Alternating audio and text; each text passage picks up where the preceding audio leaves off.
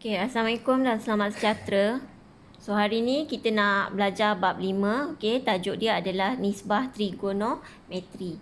Okay, untuk bab nisbah trigonometri ni ada dua benda yang awak kena ingat. Okay, yang pertama dia hanya menggunakan segitiga bersudut tegak. Okay, segitiga bersudut tegak tu macam ni lah. Dia ada sudut 90 darjah. So, kalau kita jumpa sudut segitiga yang macam ni ke, okay, segitiga yang macam ni ke.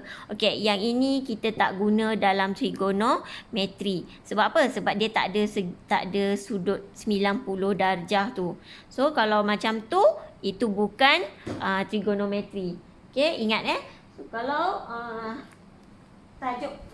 tajuk trigonometri, kita hanya guna sudut segitiga bersudut tegak.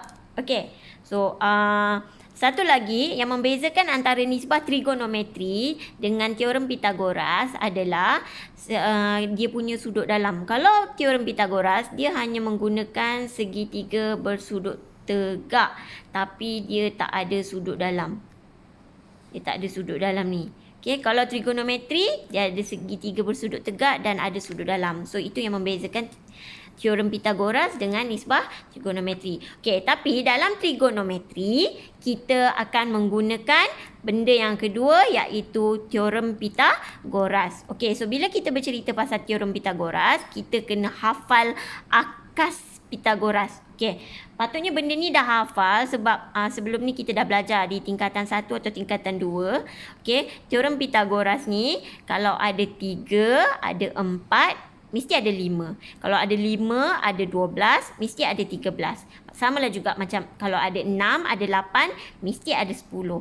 So, kalau kita dah hafal semua ni, senanglah untuk kita letak nilai pada segitiga bersudut tegak kita. Okay, so katakanlah awak tak hafal teorem Pythagoras ni atau dah terlupa, tak apa. Kita masih boleh cari panjang panjang garis bagi sisi tu dengan menggunakan rumus teorem Pythagoras, iaitu C kuasa 2 sama dengan A kuasa 2 tambah B kuasa 2. Okey, cuba perhatikan untuk 8 yang tak tahu ni dengan 17. Okay, kat sini ada satu nilai tapi kita tak tahu berapa teorem Pythagoras tu, kita pun dah lupa, tak hafal. So, kita cuba gunakan formula C kuasa 2 sama dengan A kuasa 2 tambah B kuasa 2 untuk mendapatkan nilai yang tengah-tengah ni.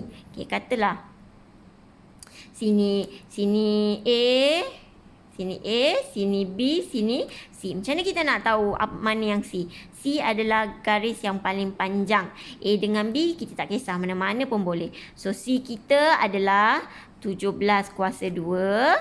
A kita adalah 8 kuasa 2. B kita tak tahu. So, B kuasa 2 sama dengan 17 kuasa 2 tolak 8 kuasa 2. B kuasa 2 sama dengan 225. Maka B kita adalah 15.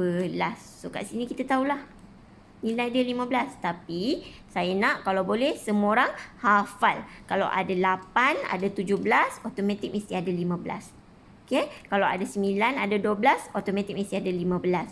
So, benda ni hafal. Tapi kalau tak hafal, kita boleh guna formula teorem Pythagoras. Okay, so kita tak nak belajar pasal teorem Pythagoras. Kita nak belajar pasal trigonometri. So, trigonometri sebenarnya adalah, pertama sekali yang kita akan belajar adalah mengenal pasti hypotenuse, adjacent dan opposite angle. Okay, kalau perasan saya menggunakan perkataan bahasa Inggeris sebab lepas ni saya nak menggunakan akronim bahasa Inggeris supaya awak lebih senang hafal rumus trigonometri. Okay, so kalau dalam bahasa Melayu dia, hypotenuse ni hypotenuse lah. Adjacent adalah sudut bersebelahan, manakala opposite pula adalah sudut bertentangan. Okey, sekarang kita ada segitiga bersudut tegak. Nampak Macam mana nak tahu? Dia ada sudut 90 darjah. So, kita nak kenal dulu mana satu hypotenuse. Okey, hypotenuse adalah garis atau sisi yang bertentangan dengan sudut 90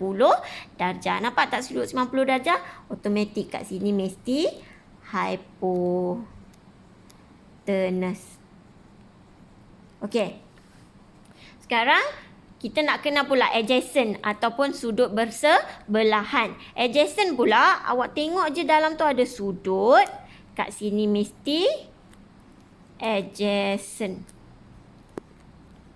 Okay, so yang tinggal ni confirm lah adalah opposite atau kita panggil dia sebagai sudut bertentangan. Hypotenuse adalah yang bertentangan dengan 90 darjah. Adjacent adalah garis yang bercantum dengan sudut dalam. Opposite adalah yang lagi satu. Okey, so sekarang kita tengok pula contoh yang kedua. Okey, dia bagi awak segitiga bersudut tegak. Kat dalam ada sudut Y. Okey, first kali kita cari yang bertentangan dengan 90 darjah, itu adalah hypotenuse. Okey, nak senang, hypotenuse ni kita terus buat H. Okey, so adjacent mana? Adjacent yang ada sudut, sini mesti adjacent A. Okey, yang ini confirm lah jadi O. Okey, so yang ni pula. Okey, sekarang kalau awak perasan, kat sini ada dua segitiga. Tapi hanya ada satu yang 90 darjah. So, yang ini tak akan menggunakan trigonometri lah. So, ini 90 darjah. Automatik sini adalah hypotenuse H. Ada adjacent, ada sudut kan? Sini mesti adjacent. Yang tinggal ni adalah opposite. Okey? So, senang je nak ingat. Hypotenuse bertentang 90 darjah. Adjacent yang ada sudut dalam. Opposite yang terakhir lah. Okay, so kenapa kita kena belajar hypotenuse, adjacent dengan opposite ni? Sebab dalam trigonometri kita akan belajar sin, cos dan tangent. Sin, cos dan tangent. Okay, dia bagi awak trigonometri, sinus adalah opposite bahagi hypotenuse. Cosinus pula adjacent bahagi hypotenuse. Manakala tangent pula opposite bahagi adjacent. Ini dia dah bagi dah formula. Sin O per H, cos A per H, tan O per A. So nak senang hafal, kita terus buat. So kah toa. Okay? So, terus hafal. So, kah toa. Kalau sin, O per H. Kalau cos, A per H. Kalau tan, O per A. Okay? So, step pertama. Step pertama, mestilah melabel. So, kat sini tadi kita tak label kan? So, kita tengok dulu. Sini mesti hypotenuse. Sini mesti adjacent sebab ada sudut. Sini mesti opposite. Okay. Sama juga ni. Okay. Sekarang kita ada 3, ada 4. So, kenapa tak ada lagi satu sisi? Tak apa. Sebab kita dah hafal dah tadi. Ada 3, ada 4. Mesti automatik ada 5. So, kita tahu kat sini mesti 5 cm. So, step pertama, kita pastikan semua sisi ada nilai. Okay. Step kedua, kita labelkan. So, sini 90 darjah. Automatik sini adalah H. Okay. Sini ada sudut. Automatik sini adjacent A. Yang ini memang confirm jadi O. So, dia suruh apa? Tentukan nilai sin, cos dan tangent. So, sin theta. So, O per H. Berapa O per H? O kita 3. H kita 5. Cos theta. Kah A per H.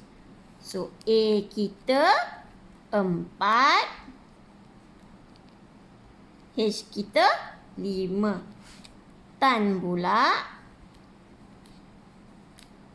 toa. So, A O per A. So, O kita 3. A kita 4. Tu je. Okay. Sin, cos, tangent apa? So, kah, toa. Kita masukkan je nilai yang ada. Okay. Kalau kita tengok yang segitiga yang bawah ni. dia bagi kita 2 sisi je. Satu sisi lagi tak ada. So, apa kita nak buat? Penuhkan semua sisi tu. Kita dah hafal. Ada 8, ada 10. Mesti ada 6. Kalau tak hafal, tak apa. Guna teorem Pythagoras ni. Okay, so ada 8, ada 10. Sini mesti ada 6. Okay, step kedua, kita labelkan. Mana H? H yang paling bertentangan dengan 90 darjah. A pula ni sini sudut, sini mesti A, sini mesti O. So macam mana nak cari sin? Sin X sama dengan O per H. So O kita adalah 8, H kita adalah 10. Ingat pecahan tak boleh dalam bentuk besar macam ni. Kita kena dalam bentuk termudah. So kita kena kecilkan. 8 per 10 sama dengan 4 per 5. Kalau tak tahu nak kecilkan, tekan je kalkulator. 8 per 10 sama dengan, dia akan dapat 4 per 5. Cos X pula. Cos X kah A per H. So A per H, A kita 6, H kita 10. Ingat, kecilkan. So kita dapat 3 per 5. So cuba teka, tan kita berapa? Tan adalah toa. Sebab tak muat, awak teka je Toa, so 8 per 6. Ataupun 4 per 3. Ataupun 1 per 3. Itu sahaja. Okay. Kita tengok contoh yang kedua ni pula. Berbeza dengan contoh 1 tadi. Contoh 2 ni dia tak bagi langsung 3 sisi kat sini. Okay. Tapi dia bagi awak sin theta sama dengan 4 per 5. Sin kita tahu apa? O per H. Sin adalah O per H. So, step pertama, kita label dulu. Sini adalah H. Sini adalah A. Sini confirm O. So, O per H. O kita 4. H kita 5. Okay. Ada 4, ada 5. Dah hafal mesti ada 3. So, kita pun tulis kat sini 3. So, dia nak apa? Dia nak tan. Tan sama dengan toa. O per A. O berapa? O 4. A kita 3.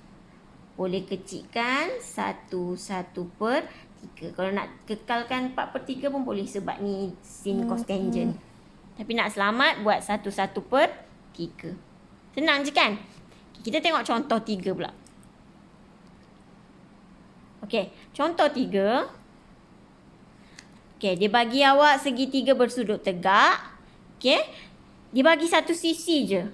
Okey. Tapi dekat sini dia ada juga bagi awak tan. Tan apa? Toa. So, kita buat dulu. Toa. So, dia bagi first kali label. Sini H. Sini A. Sini confirm O. Toa. O per A. O kita 4. A kita 3. Masalahnya, cuba tengok kat sini.